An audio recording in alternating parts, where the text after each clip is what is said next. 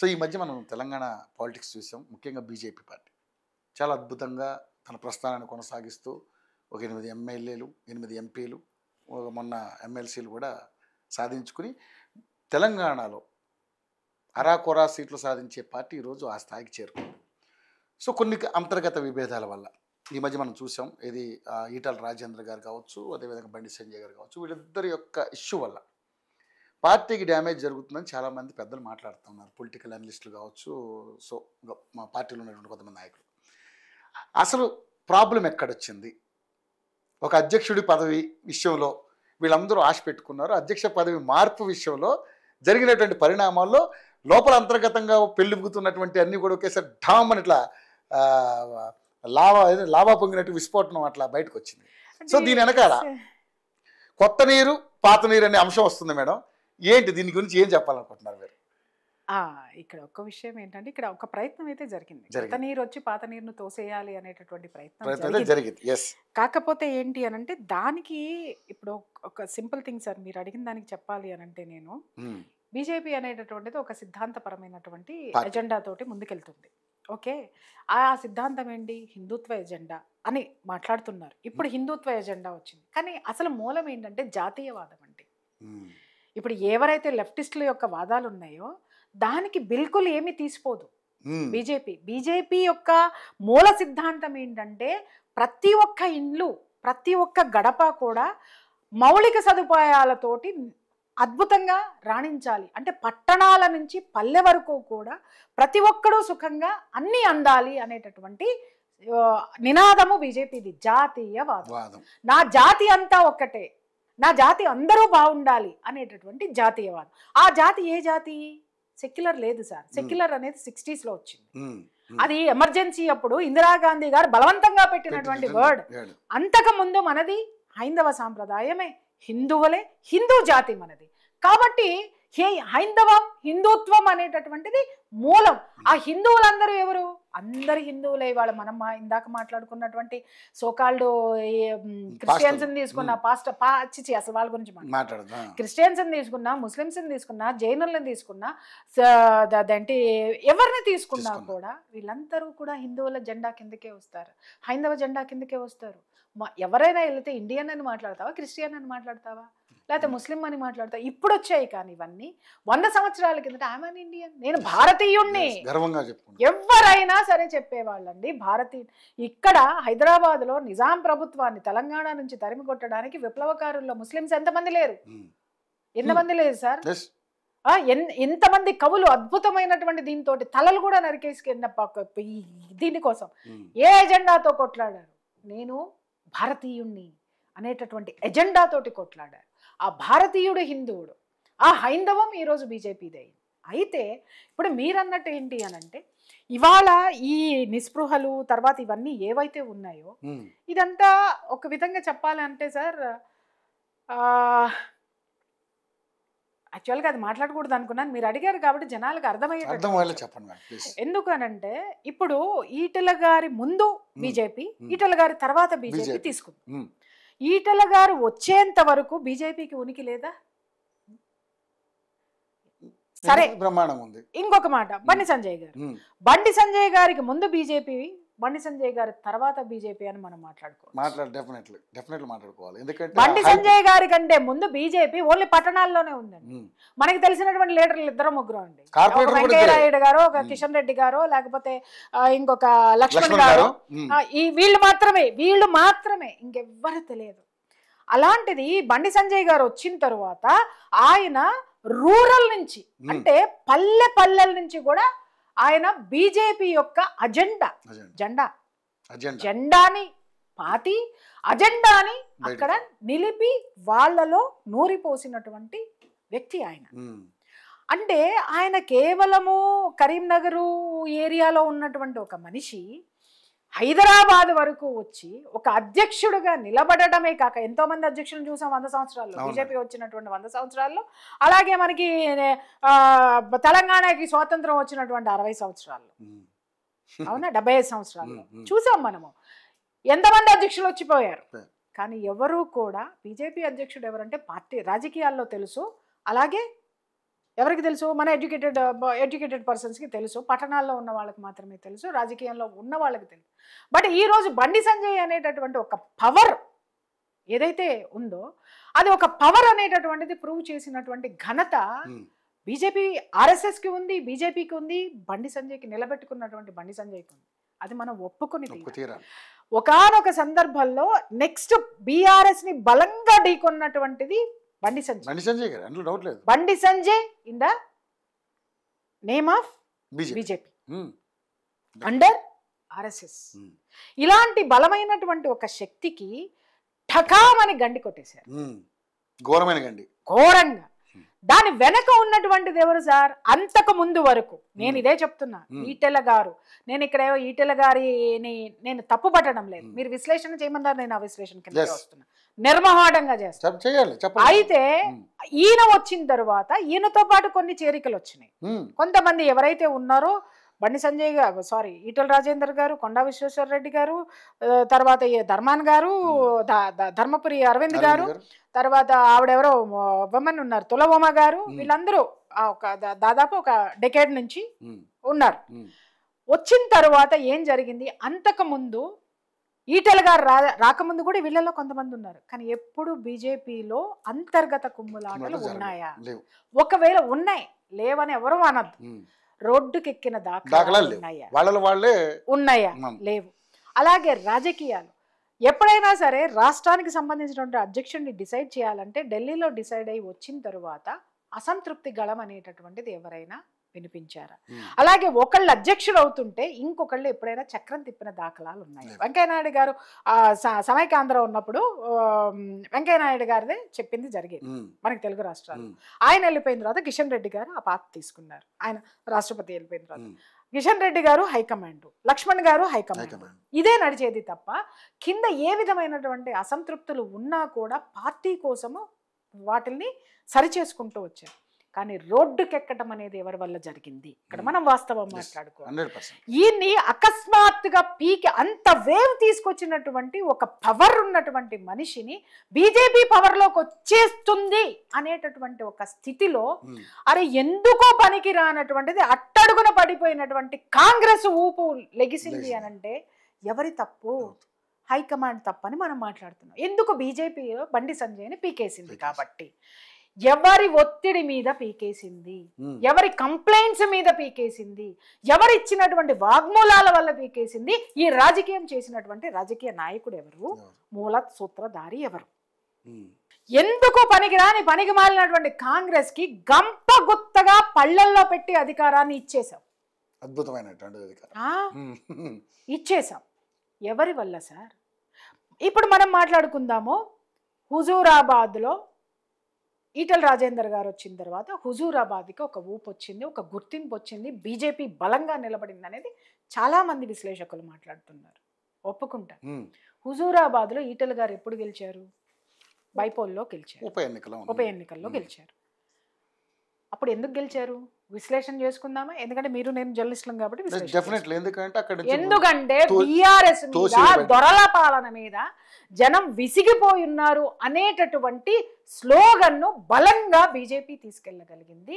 అలాగే ఆయన పార్టీలో నుంచి, అంటే బీఆర్ఎస్ మీద జనం కోపంగా ఉన్నారు కాబట్టి పార్టీలో నుంచి ఆయన ఏం చేశాడనేది పక్కన పెడితే అయ్యో అంటే మేము బాధితులు, ఆయన బాధితుడే అనేసి ఆయన మీద ఒక సింపతి, అహంకారమా ఆత్మగౌరవమా అనేటటువంటి స్లోగన్ ని బలంగా ఈటెల గారు తీసుకెళ్లారు. అక్కడ నిలబడి బీజేపీ కూడా పనిచేసింది, అద్భుతంగా ఆయన గెలిచారు, దాంట్లో నో డౌట్. మరి తర్వాత ఎందుకు గెలవలేదు అనే దానికి నాకు ప్రశ్న సమాధానం చెప్పండి. అంతకుముందు గెలిచినటువంటి ఓట్లు, అత్యధికమైనటువంటి ఓట్లు ఎంత? అరౌండ్ 13,000 ఎంతో. కానీ ఓడిపోయిన శాతం ఎంత ఉంది చెప్పండి? చెప్పండి సార్. ఎవరో వచ్చి ఓడగొట్టారు అనుకుంటానికి ఇక్కడ లేదు. ఎందుకంటే అంత భయంకరమైనటువంటి ఓటింగ్ శాతం ఉంది. అలాగే హుజూరాబాద్లో ఎమ్మెల్యేగా ఓడిపోయినప్పుడు అక్కడ ఉన్నప్పుడు ఎమ్మెల్యేగా బండి సంజయ్ గారు కూడా ఓడిపోయారు కరీంనగర్. ఓడిపోయినప్పుడు ఈయన శాతం ఎంత? 100ల్లో ఉంది. ఈయన శాతము వేలల్లో ఉంది. అసలు దానికి 10 రెట్లు ఎక్కువ ఉంది, 10 రెట్లకు మించి ఉంది, 20 రెట్లు ఎక్కువ ఉంది. మరి అటువంటప్పుడు బలం ఎవరిది? బలుపు ఎవరిది చెప్పండి. ఇది మనం ఎందుకు మాట్లాడం? ఎందుకంటే ఇవాళ ఒక శక్తి కావాలి సార్ తెలంగాణకి, ఒక అభివృద్ధి తెలంగాణకి కావాలి సార్. తెలంగాణ ఆల్రెడీ మనం ఎన్నిసార్లని ఇంకా మనము దాన్ని ఏమంటారు, ఆ సైబరాబాద్ని సైబర్ సిటీని చూపించుకొని బతికేస్తాం. వ్యవసాయంలో అభివృద్ధి వద్దా మనకి? ఇండస్ట్రీస్లో అభివృద్ధి వద్దా మనకి? ఈ సాఫ్ట్వేర్ వచ్చిన తర్వాత చదువుకున్నాడికే ఉద్యోగం వచ్చింది అంటే ఇక మిగిలిన వాళ్ళు ఎవరంటే ప్యూన్లు, డ్రైవర్లు. అదే ఒక ఇండస్ట్రీ పెడితే చదువుకోని వాడి దగ్గర నుంచి పై స్థాయి వరకు కూడా ఎంతమందికి, అంటే ప్యూన్ దగ్గర నుంచి జీరో అన్ఎడ్యుకేటెడ్ దగ్గర నుంచి 1వ తరగతి చదువుకున్నాడిని మొదలు పెడితే ఆ పైన ఉన్నటువంటి ఎండి, సిఇఓ, మేనేజర్ వరకు, ఎండి స్థాయి వరకు కూడా ఎంతమందికి ఒక పరిశ్రమ వస్తే పని దొరుకుతుంది చెప్పండి. అవన్నీ లేకే కదా ఇవాళ అందరూ ఆటో వాలాలు, తర్వాత క్యాబ్ డ్రైవర్లు అయ్యారు. యువత అంతా ఈ రోజు విదేశాలకు వెళ్ళలేక చదువుకోనటువంటి యువత అంతా కూడా క్యాబ్ డ్రైవర్లు, ఆటో డ్రైవర్లుగా మారారు. మనకి ఇంకా అభివృద్ధి వద్దా సార్? అభివృద్ధి వద్దా? అంతకుముందు 30 సంవత్సరాల కిందట హైదరాబాద్ అనేది it's an industrial area. IDPL మొత్తం అంతా కూడా ఉప్పల్లో ఐడిపిఎల్ ఇదంతా ఇండస్ట్రియల్ ఏరియా. ఆ ఇండస్ట్రియల్ ఏరియాలో చదువుకోని వాడి దగ్గర నుంచి చదువుకున్న వాడి వరకు కూడా వృత్తి దొరికితే వాడు రిటైర్డ్ అయిపోయేసరికి చదువుకోని వాడి యొక్క జీవితం మెరుగుపడేది. అవునా? రిటైర్డ్ అయిన తర్వాత రిటైర్మెంట్ వచ్చేది, పెన్షన్, పిఎఫ్ వచ్చేది, వాడి జీవితం ప్రశాంతంగా ఉండేది. వాళ్ళు ఆటో డ్రైవర్లు, క్యాబ్ డ్రైవర్లు అయిపోయారు. వీళ్ళ జీవితానికి భద్రత ఏది? ఈ అభివృద్ధి మనకు వద్దా?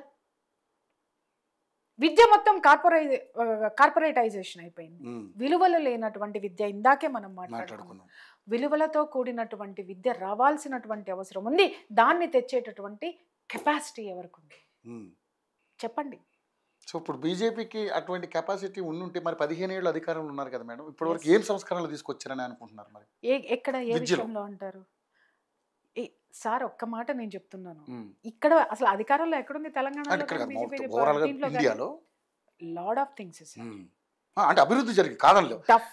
భారతదేశాన్ని ఒక అంతర్జాతీయ లెవెల్లో తీసుకెళ్లిన ఘనత మోడీ గారికి ఉంది. అందులో సంస్కరణ రావాలి అని అంటే ఒక నార్త్ లో బలం వస్తేనో లేకపోతే ఇంకొక చోట వస్తేనో విద్యలో రాదు. విద్య అనేటటువంటిది ఇట్స్ అన్ యూనిక్ పీస్, మొత్తం దేశం మొత్తానికి సంబంధించినటువంటిది. నీకు ఎక్కడి నుంచి సంస్కరణలు మొదలు పెట్టాలంటే సిలబస్ మొత్తం మారాలి. ఇప్పుడు మారుతుంది కదా, ఔరంగజేబులు పోయారు, అదేంటి అక్బర్లు పోయారు, అక్బర్ గొప్ప అదేంటి మొత్తం ఎగిరిపోయారు కదా సార్. ఇప్పుడు వస్తుంది కదా సంస్కరణ. మీరు నేను చదువుకున్నప్పుడు వీళ్ళ గురించి తెలుసుకున్నాం కానీ కదా సార్. బాబర్ కొడుకు అక్బర్, అక్బర్ కొడుకు హుమాయూన్, హుమాయూన్ కొడుకు షాజహాన్, షాజహాన్ కొడుకు ఔరంగజేబు, ఇంకా ఔరంగజేబు ఇంకా ఏదో దరిద్రం. ఔరంగజేబుని అటాక్ చేసిన శివాజీ గురించి ఎక్కడైనా చదివినారా మీరు? సంభాజీ మహారాజు గురించి.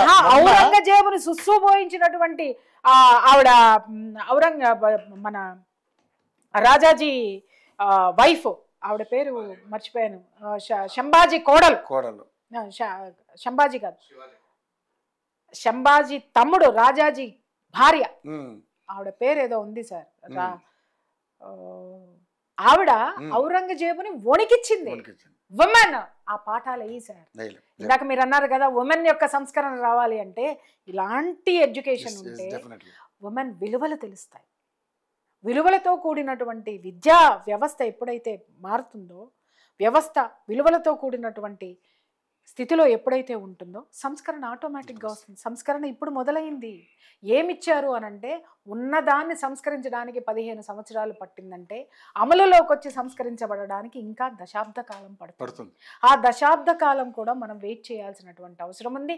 ఆ దశాబ్ద కాలం కూడా ఎవరు జాతి కోసం నిలబడుతున్నారో, ఎవరు జాతీయతను చాటుతున్నారో వాళ్ళ పక్కన మనం నిలబడాల్సినటువంటి అవసరం కూడా ఉంది. I'm not a politician. నాకు పాలిటిక్స్ కానీ పొలిటికల్గా కానీ ఇంత కూడా ఇంట్రెస్ట్ ఉండదు. నాకు అవంటే చాలా దూరం. కానీ నాకు సంస్కరణ కావాలి అని అంటే ఇప్పుడు ఫర్ ఎగ్జాంపుల్ ఇందాక మనం చదువుకున్న కన్యాశుల్కం, గురజాడ అప్పారావు, తర్వాత వీళ్ళు కానీ కొంతమంది సంఘ సంస్కర్తలందరూ కూడా అప్పుడు కొన్ని ఇట్లాంటి జాడ్యాలను మనం కన్యాశుల్కాన్ని కానీ బాల్య వివాహాలు కానీ పోగొట్టాలి అని అంటే ఈ సంస్కరణలన్నిటి కూడా బ్రిటిషర్స్ తోటి చర్చించి వాళ్ళతోటి మమేకమయ్యి వాటిల్ని పారద్రోలగలిగారు. అంటే అధికారంతో మనం ఉంటే కొన్ని సంస్కరణలు సాధ్యమవుతుంది. అలాగే ఇవాళ మనం కోరుకున్నటువంటివి రావాలి అని అంటే దాన్ని వినేవాడెవడో వాడిని పట్టుకొని సంస్కరణ దిశగా ఎవడున్నాడో వాడికి మనము కొంత ఇవ్వగలిగితే ఖచ్చితంగా వస్తుంది. ఎన్నో ప్రభుత్వాలను చూశాను, 30 సంవత్సరాలు నా సుదీర్ఘ ప్రయాణం జర్నలిజం. ఎన్నో పార్టీలు చూశాను, ప్రభుత్వాలను చూశాను, సంస్కరణ రాలా. కానీ ఒక హోప్, ఆ హోప్ మీదే ఇప్పుడు ప్రయాణం ఉంది. ఓకే, సో అందుకే మీ ఒంటరి పోరాటం కొనసాగిస్తా ఉన్నారు ప్రతి మీడియా మాధ్యమాల్లో. నా వెనక చాలా సైన్యం ఉంది నిజంగా. నా వెనక కొన్ని 130 కోట్ల మంది భారతీయులు ఉన్నారు. I'm not only one person. కానీ నేను అనేది ఏంటంటే మేడం, మీరు నిజంగా ఎంత అద్భుతమైన వాల్యుబుల్ పాయింట్స్ చెప్తున్నారు. కానీ ఆచరించగలిగిన వాడు అంటే మిమ్మల్ని యాక్సెప్ట్ చేసిన వాళ్ళని చూస్తే అర్థమైపోతుంది మిమ్మల్ని ఎంతవరకు. నేను అదే చెప్పా కదా, నైటీ ఇష్యూ వచ్చినప్పుడు చాలా మంది ఆడవాళ్ళు నాకు చెప్పారు, మేడం మొదట్లో తిట్టుకున్నాం మేము, కానీ చూద్దాము ఈవిడ ఏదో చెప్తుంది కదా అని మేము పగలపూట నైటీలు వేసుకోవడం మానేసి డ్రెస్సులు వేసుకున్నాం. మరీ చీరలు కట్టుకున్నామనేంత ఇదే, చీరలు కట్టుకున్నామని చెప్పి మేము మామూలుగా వేసుకున్నా మా ఇంట్లో వాళ్ళకి మా మీద గౌరవం పెరిగింది అని చెప్పిన స్త్రీలు ఎంతమంది ఉన్నారో తెలుసా? బడవల్లారా, చాలా మంది ఉన్నారు. అలాగే కొంతమంది స్త్రీలు కూడా ఉన్నారు, ఈవిడ మాట్లాడుతుంది, ఈవిడ ఈ విధంగా మాట్లాడుతుంది, ఆడవాళ్ళనే వేలెత్తి చూపిస్తుంది, కానీ మనలో ఉన్నవి సంస్కరించుకుంటే కనుక సంసారం ఎందుకు చక్కబడదు అని ఆలోచించి సంస్కరించుకున్న వాళ్ళు, కాపురాలు నిలబెట్టుకున్న వాళ్ళు ఎంతో మంది ఉన్నారు. I feel very proud. నన్ను తిట్టుకున్న వాళ్ళు నాకు అవసరం లేదండి, నా వల్ల ఒక్కళ్ళైనా బాగుపడ్డారా కొండంత ధైర్యం నాకు వచ్చేస్తుంది. 100 మందిలో 90 మంది తిట్టుకున్న 10 మంది బాగుపడితే మనం సక్సెస్. 10 మంది 90 మందిని మార్చేస్తారు సార్. డెఫినెట్లీ, అవును, అదే చాలా పెద్ద శాతం, అది 10% చాలా పెద్ద శాతం. అలాగే ఇప్పుడు మీరు అన్నట్టుగా లోకల్ గా ఉన్నటువంటి ఈ గొడవలన్నీ కూడా నిజం చెప్తున్నాను, కొత్త వాళ్ళు వచ్చిన తర్వాతనే జరగలేదు ఇది. ఇప్పుడు మీరు అన్నారు పాత నీరు కొత్త నీరు అని, కొత్త నీరు పాత నీరులో కలిసిపోతేనే అది సాధ్యమవుతుంది. లేదనుకోండి, కొత్త నీరు వచ్చిందని చెప్పేసి రోగాలు ఎక్కువ వస్తాయి, మీకు అర్థమైందో లేదో. అలాగే పాత బియ్యం కొత్త బియ్యం వస్తే కడుపులో నొప్పి వస్తుంది, అది పాతబడాలి, పాతబడిన తర్వాతనే అది ఒంటికి పడుతుంది. అలాగే కొత్త వాళ్ళు వచ్చినప్పుడు సంస్థాగతంగా ఏదైతే ఉన్నదో దాన్ని అడాప్ట్ చేసుకోవాలి. ఫస్ట్ వీళ్ళందరూ వచ్చేసి బండి సంజయ్ అనేటటువంటి వాడు ఉన్నాడు అని అంటే మాత్రం పార్టీ గెలవదు, పీక్ అవతల పడేస్తే అగ్రెసివ్గా మేము వెళ్ళిపోయి గెలిపిస్తామని చెప్పి తప్పుడు సంకేతాలని అధిష్టానానికి ఇచ్చి బండి సంజయ్ మీద వీళ్ళందరూ అవినీతి ఆరోపణలు వేసి, అవినీతి ఆరోపణలు ఒక్కటే కాదు సార్, అండర్లైన్ దిస్ పాయింట్, ఆయన మీద వెయ్యకూడనటువంటి ఆరోపణలన్నిటినీ వేసి మరీ తీసేశారు. తీసిన తర్వాత రిజల్ట్స్ చూసిన తర్వాత గోప గుయ్యమంది.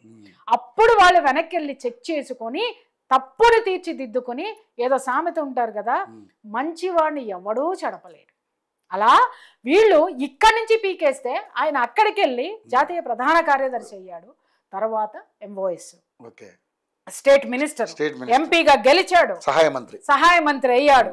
ఇవాళ ఈ స్థాయి నుంచి రేపొద్దున ఏ స్థాయికైనా వెళ్తాడు. ఎందుకు వెళ్తాడు అనంటే రూట్ లెవెల్లో అతను పార్టీ కోసం డెడికేట్ అయ్యి ఏ పని చేశాడో, ఏవైతే ఉన్నాయో, ఏ విజయాలైతే ఉన్నాయో, ఆయన యొక్క రాజకీయ ప్రస్థానము 2000లోనో 2001లోనో 2లోనో వచ్చింది కాదు, 1990 నుంచి ఉంది ఆయన రాజకీయ ప్రస్థానం. జెండా పట్టి నడిచినప్పటి నుంచి కారు డ్రైవింగ్ చేసుకుంటూ అక్కడ నుంచి ఎదిగి ఆ RSSలో జనంలో జనమై, నాయకుల్లో నాయకై, ఆ యొక్క నాయకుల నాలుకై ఆ స్థితి నుంచి ఎదిగినటువంటి అతనికి నో డౌట్, మీరు ఒకళ్ళు అంటారు అగ్రెసివ్నెస్, ఆ అగ్రెసివ్నెస్ ఏనండి అధికారం వరకు దగ్గరగా తీసుకుని వచ్చింది. అదే అగ్రెసివ్ ని చూపించి ఆయన కిందకి దించేసి దాన్ని బూచిగా చూపిస్తున్నారు.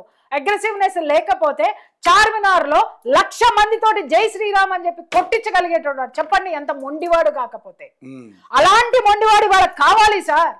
ఆ మొండితనం లేకపోతే ఇక్కడ ఉన్నటువంటి కొన్ని శక్తుల్ని ఎదుర్కోవాలి అని అంటే ఆయన కంటే మొండితనం ఎవరికైనా ఉందా? ఎక్కడ కరీంనగర్ నుంచి హైదరాబాద్ దాకా పాకాడు. ఇవాళ GHMC ఎలక్షన్స్ లో కూడా నేను చెప్తున్నాను కదా, LB నగర్ తీసుకోండి, మల్కాజ్గిరి తీసుకోండి, కూకట్పల్లి తీసుకోండి, ఉప్పల్ తీసుకోండి, ఈ బెల్ట్ మొత్తం Bandi Sanjay very strong BJYMలో. Okay, మరి అక్కడ నుంచి ఇవాళ ఎంపీగా గెలిచినటువంటి ఈటెల రాజేందర్ గారికి ఎంత ఉందో మనం రేపు చూడాలి. దాన్ని బట్టి ఖచ్చితంగా తెలుస్తుంది. అరే ఈ సంస్థాగతంగా స్థానికంగా పునాదులు లేకుండా నేను బిల్డింగ్ కడతానని పోతే ఇట్టగే ఉంటుంది సార్. పునాదుల్ని కూల్చేయాలనుకుంటే వాళ్ళు కూడా పడతారు. ఎవరైనా ఊహించామా కూర్చున్న కొమ్మని నరుక్కోవడం అంటే ఇది. నరుక్కుని ఇవాళ నా గర్కన ఘాటుకయ్యారు. ఆ రోజు ఆయన అధ్యక్షుడిగా దించేయడానికి ప్రయత్నాలు చేశారు. ఇవాళ వీళ్ళ యొక్క భవిష్యత్తు ప్రశ్నార్థకంగా తయారవ్వలేదా? అగమ్య గోచరంగా అవ్వలేదా? కలిసి కూడగట్టుకొని వెళ్లాల్సినటువంటి సిచ్యుయేషన్లో అంతకు ముందు చేసినటువంటి అభివృద్ధి కూడా కుంటుపడలేదా? ఇంకొక విషయం సార్, ఇవాళ తెలంగాణలో ఇన్ని అనర్థాలు జరగడానికి ఈటెల రాజేందర్ గారు అండ్ టీం ఒక్కటే కారణం కాదండి. వాళ్ళని ప్రోత్సహిస్తున్నటువంటి ఢిల్లీ నుంచి ఇక్కడ దిగారు చూసారా 4 ఇన్ఛార్జీలు, వాళ్ళల్లో కొందరున్నారు. ఆ వాళ్ళలో ముఖ్యంగా సునీల్ బచ్చల్ అతన్ని తీసుకోండి, ఆయన తీసుకోండి. అసలు ఆయన ఎక్కడ ఇన్ఛార్జిగా వేసినా ఆ రాష్ట్రంలో పోలింగ్ చూడండి ఎట్టుంటుంది. ఆయన మరి ఏ టాలెంట్లు చూసి వేస్తారో అర్థం కాదు. యూపీలో నేను ఇక్కడ చిన్న విషయం చెప్తా ఆయన బచ్చల్ గారి గురించి. యూపీలో మొన్న ఎలక్షన్స్ లో చావు దెబ్బ కన్నులొట్టబోయింది యోగి ఆదిత్యనాథ్కి, ఈయన చేసిన రాజకీయాల మూలంగా. అక్కడ ఉన్నటువంటి లోకల్ గా ఉన్నటువంటి లీడర్ ని విడదీసేస్తాడు సార్. విడదీసేసి కూటములు చేస్తాడు. యోగి ఫోన్ చేసి మోడీకి ఫోన్ చేసి ఒకటే మాట మాట్లాడాడు, సార్ వీడిని మీరు తీసేస్తారా నన్ను పంపించమంటారు. లీడర్ అంటే అది సార్. వీడిని మీరు తీసేస్తారా నన్ను పంపించమంటారా అని అంటే ఒక తన్ను తంతే అక్కడి నుంచి యోగి ఆదిత్యనాథ్ వచ్చి దరిద్రం తెలంగాణలో పడి ఇక్కడ కూటములు రాజేస్తున్నాడు. కూటములకి ఆజ్యం పోస్తున్నాడు. నేను నిన్నే చేస్తా, నేను నిన్నే అధ్యక్షుడిగా చేస్తా, నువ్వే ఉంటావు అనేసి ఈ పెద్ద మనిషికి మాట ఇచ్చి 3 సార్లు తన్నించుకుని వచ్చాడు. ఇంకొక విషయం ఏంటంటే అసలు ఒక రాష్ట్రానికి 4 ఇన్ఛార్జీలు. ఈ 4 ఇన్ఛార్జీలు బీజేపీ ఆఫీస్ లో కూర్చొని 4 కూటములు ఎవరి మాట వినాలి? ఈయన మీటింగ్ పెట్టంగానే ఇంకొకరు పెడతాడు, ఇంకొకరు పెట్టంగానే ఇంకొకరు పెడతారు, ఇంకొకరు పెట్టంగానే ఇంకొకరు. ఈయన ఒక 10 ఇస్తాడు, ఏది ప్రోగ్రామ్స్. ఈయన 10 ఇచ్చాడని ఆయన 20 ఇస్తాడు, ఆయన 20 ఇచ్చాడని ఆయన ఇంకో 15 ఇస్తాడు. ఎన్ని చేస్తారు? జిల్లా అధ్యక్షులు ఎంత వరకు పని చేస్తారు? అసలు వీళ్ళ మీద సెంట్రల్ గవర్నమెంట్ కి రిపోర్ట్ ఇచ్చిన వాళ్ళు ఇంతవరకు లేరు. వీటన్నిటిని కూడా బండి సంజయ్ తట్టుకున్నాడు సార్. ఈ రాజకీయాలన్నిటిని తట్టుకొని నిలబడి ఇప్పటికీ పోరాడుతున్నాడు. నో డౌట్ సార్, నేను ఒక్కటే మాట నేను చెప్తున్నాను, ఇవాళ మనకి ఇప్పుడున్నటువంటి సిచ్యుయేషన్స్ లో ఖచ్చితంగా బండి సంజయ్ లాంటి లీడర్లు కావాల్సిందే. అలాగే ఈటెల రాజేందర్ గారు లాంటి వాళ్ళు కూడా కలిసి వస్తే బీజేపీ మరింత బలం అవుతుంది. ఇందులో వైషమ్యాలకు పోకుండా. Exactly, no doubt sir. Eatala Rajender గారు బయటికి వెళ్ళిపోతే ఒక పార్టీ ఉంటుందేమో, బండి సంజయ్ గారు దీంట్లో ఉంటే ఎదుగుదల ఉంటుంది. లేకపోతే అరాకొర సాధించినటువంటి జిహెచ్ఎంసీలో 48 సీట్లు రావడం ఏంటి మేడం? 48 సీట్లు అది ఎవరి గ్రేట్నెస్ సార్? ఎప్పుడు వచ్చింది? చరిత్ర చూసి మాట్లాడదాం మనం. ఎవరి బలాలెంతో, ఎవరి బలం ఎంతో. అరే ఎవరెప్పుడు రాజకీయాలకు వచ్చారు? మనకి కావాల్సింది ఇక్కడ ఒక పరిపాలన, మనకి కావాల్సింది ప్రజలకు అవసరమైనటువంటి సిచ్యుయేషన్. ఇప్పుడు మొన్నటి దాకా ఒక ప్రెషర్ ని చూసాం, అలాగే ఇప్పుడు కాంగ్రెస్ వచ్చిన తర్వాత ఇంకొక ప్రెషర్ ని చూస్తున్నాం. అరే ఎప్పుడు సార్ మనల్ని మనం ఇది చేసేది? మనం అసలు చూడమా, పైకి చూడమా, ఇక్కడెక్కడే కొట్టేసుకుందామా? రాష్ట్రం ఇంతవరకు అభివృద్ధిలోకి వెళ్ళాల. నేను అదే మాట్లాడుతున్నా. ఎంతసేపు ఎంతవరకు సాఫ్ట్వేర్లు నమ్ముకొని కూర్చోవాలి? ఇండస్ట్రీలు వద్దా? వ్యవసాయం బాగుపడద్దా? అభివృద్ధి రావద్దా?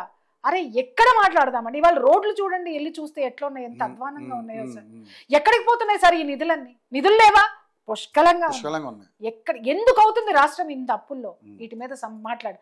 అరే ఎవరైనా నేను చూస్తాను డిబేట్లో కూర్చుంటే ఏ పార్టీకి సంబంధించిన వాళ్ళు ఆ పార్టీకి మాట్లాడాలి, ఉంటారు. నాకు కానీ అభివృద్ధి గురించి మాట్లాడడం సాక్షాత్ ముఖ్యమంత్రి గారే నన్ను కోసుకు తినడం దగ్గర రూపాయలు లేదంటే ఏం మాట్లాడతారు మేడం? ఎవరు మాత్రం. మరి నువ్వెందుకు అక్కడ కూర్చున్నావు? దిగిపో, ఇంకొకళ్ళు వచ్చి చేస్తారు కదా. ఎందుకున్నావు? అరే రూపాయి పుట్టించలే. ఒకప్పుడు మరి చంద్రబాబు నాయుడు ఉన్నాడు సార్, మరి ఆయన ఏమీ లేనప్పుడు రూపాయి సృష్టించాడు ఆయన. నిజంగానే.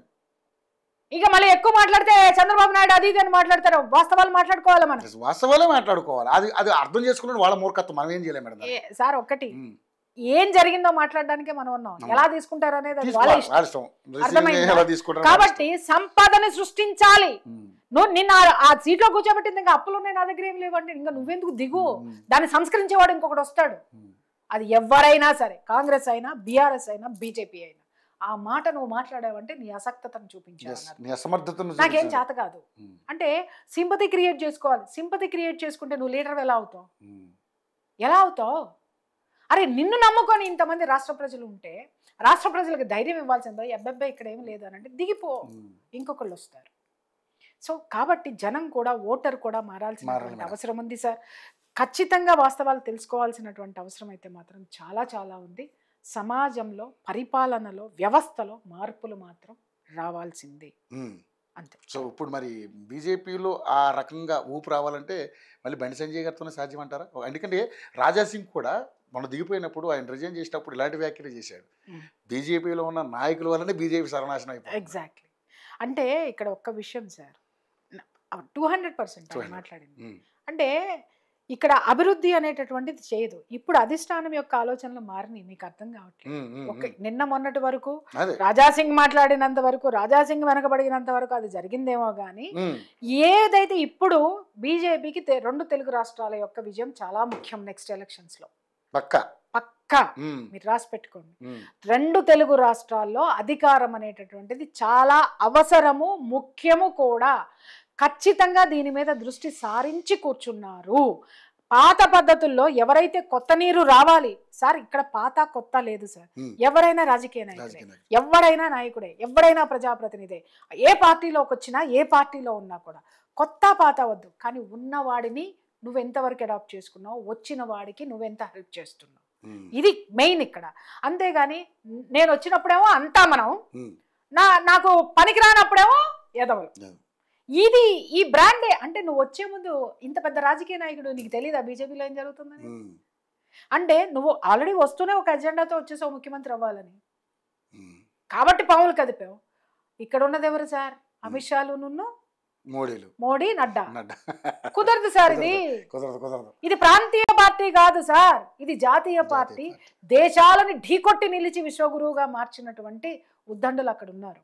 కాబట్టి దానికి అనుగుణంగా మనం ఎదగాలి తప్ప మనం లోకల్ అంటే ఎట్లా కుదురుతుంది సార్?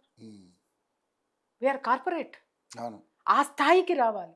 ఆ భాష కూడా చూడండి, దాన్ని చాలా పాలిష్ చేసుకోవాలి. హైదరాబాద్ నడిగడ్డ మీద మాట్లాడేటప్పుడు ఒక భాష ఉండాలి, కరీంనగర్లో మాట్లాడేటప్పుడు ఒక భాష ఉండాలి, మునుగోడులో మాట్లాడేటప్పుడు ఒక భాష ఉండాలి. ప్రాంతాన్ని బట్టి భాష మారాలి. ఎప్పుడూ ఒకేలాగా ఉంటారు, అడాప్ట్ చేసుకోరు. ఎందుకంటే ఇది ఒక ఎడ్యుకేటెడ్ జోన్, విద్యాధికులు ఉన్నటువంటిది, అభివృద్ధి ఉన్నటువంటిది, ఎక్కువ నాగరికత ఉన్నటువంటి ప్రాంతంలో భాష కుదరదు సార్. డెఫినెట్గా కుదరదు. మారాలి, వాస్తవానికి రావాలి. అరుపులు కేకల రోజులు పోయాయి, అది అప్పుడు అవసరం. కేసీఆర్ గారికి మాత్రమే చెల్లింది, ఎందుకంటే అప్పుడు అది అవసరం కాబట్టి. అది అవసరం. అప్పుడు అనగారి ఉన్నారు, అది అవసరం కాబట్టి యాక్సెప్ట్ చేశారు. అదే కేసీఆర్ గారి వాళ్ళు వచ్చి బయటకు వచ్చి మాట్లాడిన ఎవరు యాక్సెప్ట్ చేయరు. అయినా సెంటిమెంట్ రాజకీయాలు రాజేస్తా ఉంటారు. అప్పుడు పక్కవాడిని తిట్టాడు కాబట్టి యాక్సెప్ట్ చేశారు. ఇప్పుడు ఎవరిని తిడతారు సార్? లోపల ఉన్నాడిని తిడితే లోపల నీ వాడే వీడు, నీ రాష్ట్రంలో ఉండి నీకు ఓటేసేవాడే నీ ఓటరే. వాడిని తిట్టేస్తావా? వాడిని ఇన్ఫ్లుయెన్స్ చేయొద్దా?